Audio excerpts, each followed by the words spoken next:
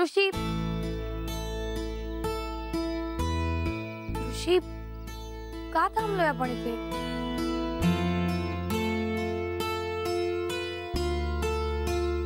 Okay fine, I get it. मस्करी करतोयस ना तू? नाही म्हणजे मला माहितीये आभास वगैरे काही भेटणार नाहीये, तरी आपलं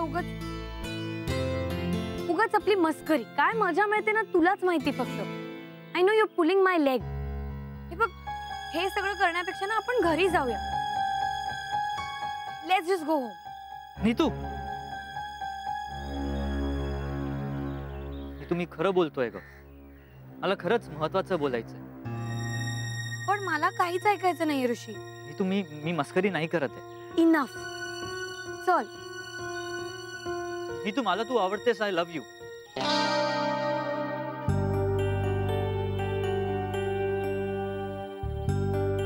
I really love you.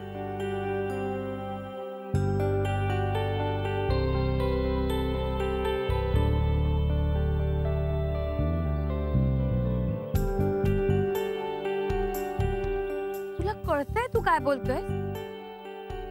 Seriously you crossing a limit Rishi. अजून किती खोटं बोलणार आहेस तू? हे तुम्ही खरं बोलतोय आणि आत्ताच नाही तर सकाळपासून फक्त खरं बोलतोय.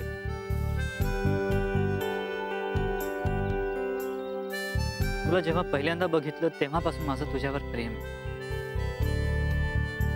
किती प्रसंग आले आणि गेले.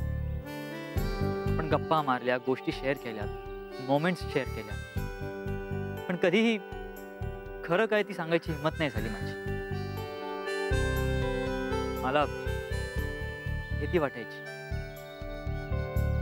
पण आय गेस हीच ती वेळ आहे, हाच तो क्षण आहे ज्याची मी वाट बघत होतो.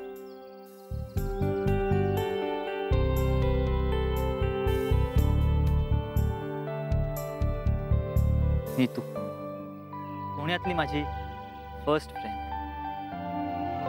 माझी बेस्ट फ्रेंड नीतू. माझ्यावर हक्काने रागवणारी आणि त्याच हक्काने सॉरी म्हणणारी. मी चिडल्यावर माझा राग शांत करणारी आणि माझ्यासाठी समथिंग स्पेशल बनवणारी माझी बेस्ट फ्रेंड नीतू. मला मार्ग दाखवणारी, अडखळलेल्या ऋषीला मोटिवेट करणारी, माझ्या हसण्याचं कारण असणारी माझी बेस्ट फ्रेंड नीतू. मला माझ्या आयुष्यात तुझ्यासारखी एक मैत्रीण हवी, कायमची. मला तू हवी आहेस नीतू.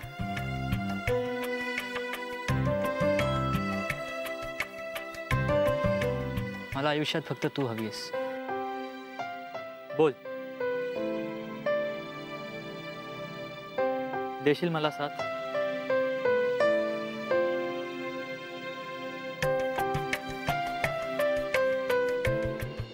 मी शांतपणे काम करावं, मला कुठल्याही गोष्टीचा त्रास होऊ नये म्हणून ही गोष्ट माझ्यापासून आजपर्यंत लपवली. आणि तुम्ही मात्र हे सगळं एकटेच सहन करत होता. बाबा, जे काही झालंय ना ते आता विसरून जा प्लीज. प्लीज कुठल्याही गोष्टीचं तुम्ही टेन्शन नका घेऊ. मला ना तुमच्या तब्येतीची खूप काळजी वाटते हो बाबा. या जगात ना मला तुम्ही खूप इम्पॉर्टंट आहात. You are my strength. आणि एखाद्या गोष्टीचा इतका नेगेटिव्ह विचार करून कसं चालेल तुम्ही मला सांगा. इनफॅक्ट आता आपल्या दोघांना एकत्र येऊन या सगळ्यावरती काहीतरी वे आउट शोधायला हवा. राईट? राईट. होप सोडून नाही बाबा, एवढ्या रात्री कुठे निघाला? बेटा, मी सीकडे जाऊन येतो. आपण केलेला इन्व्हेस्टमेंट, बॉन्ड, शेअर्स, इतर काही गोष्टी त्याची चौकशी करून येतो.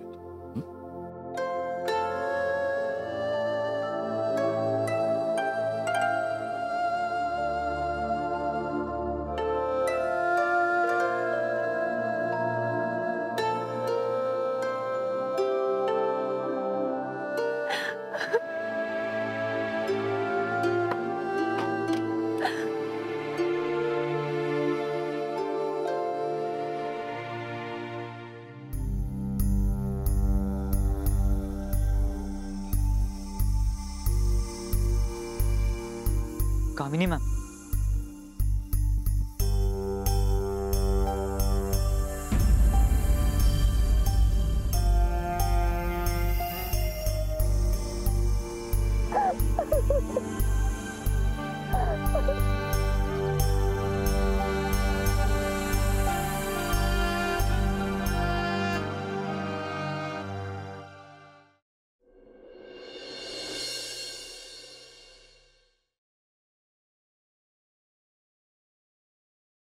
काही कळलं का?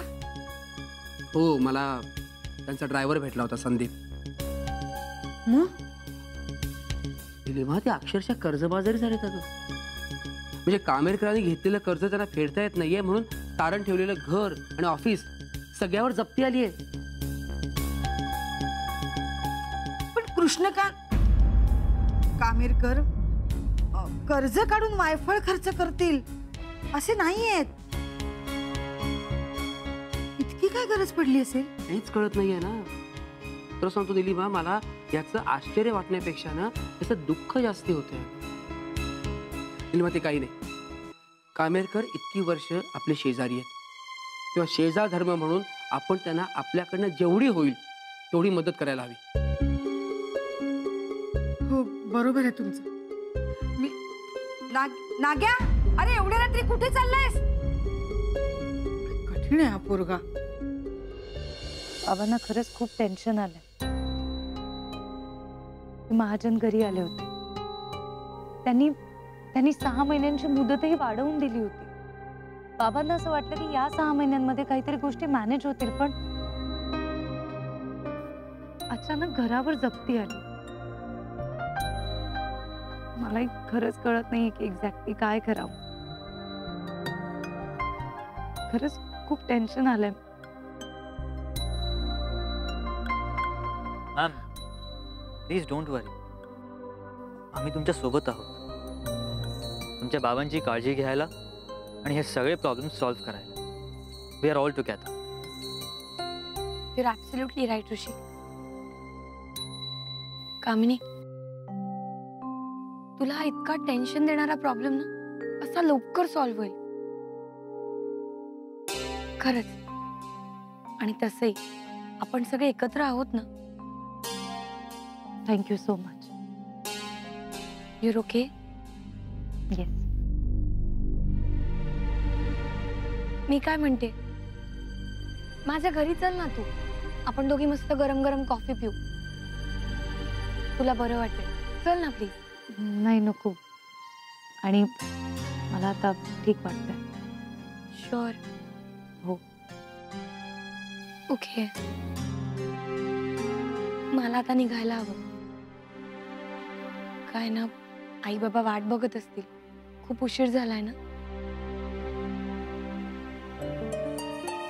Take care.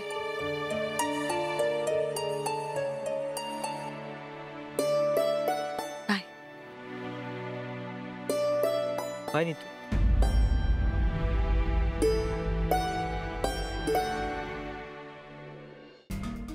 रिशा रिशा रिशा, अरे थांब ना रिशा. अरे काय प्रागत करायलास रिशा? उगाच रागाच्या. मला काहीच ऐकायचं नाही. बरं ऐक ना, बरं राहिलं. पण ह्या सगळ्या गोंधळात तू आभासचा प्रोग्राम विसरायलास यार, त्याचं काय?